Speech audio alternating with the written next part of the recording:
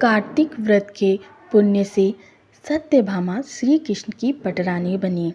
जी हाँ भक्तों, कार्तिक व्रत का महात्म्य इतना बड़ा है कि इसके पुण्य प्रभाव से श्री कृष्ण की पटरानी सत्यभामा ने पूर्व जन्म में कार्तिक व्रत किया था, जिसके परिणाम स्वरूप उनके आंगन में कल्पवृक्ष और श्री कृष्ण पति रूप में प्राप्त हुए। एक बार सत्यभामा ने श्री कृष्ण से पूछ लिया कि मैंने कौन से ऐसे कार्य किए थे जिसकी वजह से 16,108 रानियों में पटरानी बनने का अवसर मिला।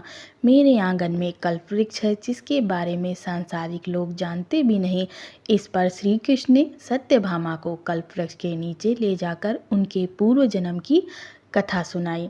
हरिद्वार में देव शर्मा नाम के एक पंडित थे। वे अतिथि सेवी और पंचदेवों के उपासक थे। देव शर्मा सूर्य की आराधना करने से सूर्य की तरह तेजस्वी हो गया था। भगवान विष्णु उन पर प्रसन्न रहते थे। दैव योग से उन्हें कोई पुत्र नहीं हुआ। एक पुत्री थी जिसका नाम गुणवती था। चंद्र नामक शिष्य से उन्होंने गुणवती का विवाह कर दिया। चंद्रपुत्र की भांति देव शर्मा का आदर किया करता था। एक दिन देव शर्मा और चंद्र कुश और समिधा लाने के लिए पर्वत पर गए। वहां पर एक क्रूर राक्षस उन पर टूट पड़ा। वे दोनों भाग न सके और उसका ग्रास बन गए। सूर्य की उपासना और तीर्थ में मृत्यु होने के कारण भगवान ने उन्हें अपने धाम बुला लिया। इस तरह दोनों की सद्गति हो गई।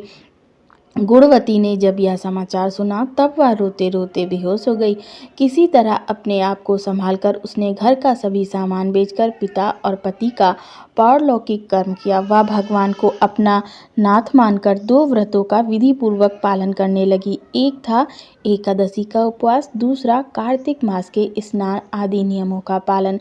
कार्तिक महीने में सूर्य जब तुला राशि पर रहते हैं तब वह प्रातःकाल स्नान करती थी, दीपदान, तुलसी वन की सेवा करती थी तथा विष्णु के मंदिर में झाड़ू दिया करती थी। गुणवती ने प्रतिवर्ष कार्तिक व्रत का पालन किया। धीरे धीरे उसकी अवस्था ढलती गई। एक दिन वह ज्वर से पीड़ित थी, फिर भी किसी तरह स्नान के लिए गंगा तट तक पहुंची। ज्यों ही उसने गंगा में पैर रखा त्यों ही वह जाड़े से कपाती हुई गिर पड़ी। देह भले ही अस्वस्थ थी किंतु उसका मन निरंतर अपने प्रभु के स्मरण में लीन था। गिरते ही उसने देखा कि उसके लिए एक विमान आ रहा है।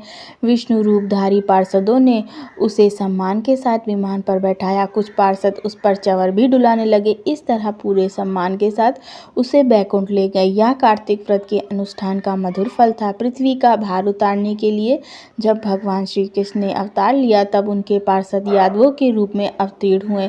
गुणवती के पिता देव शर्मा सत्राजित हुए। गुणवती उनकी लड़की सत्यभामा हुई। पूर्व जन्म में गुणवती ने भगवान के मंदिर के द्वार पर तुलसी का वन लगा रखा था। इसके फलस्वरूप सत्यभामा के आंगन में कल्पवृक्ष लगा हुआ था। गुणवती ने कार्तिक में दीपदान दिया था। उसके फलस्वरूप उसके घर में लक्ष्मी स्थिर रूप से रही। गुणवती ने सभी कर्मों का पति स्वरूप विष्णु को समर्पित किया, इसलिए सत्यभामा बनकर भगवान को पति रूप में प्राप्त किया। भक्तों, ये है कार्तिक मास के महात्म्य की कथा।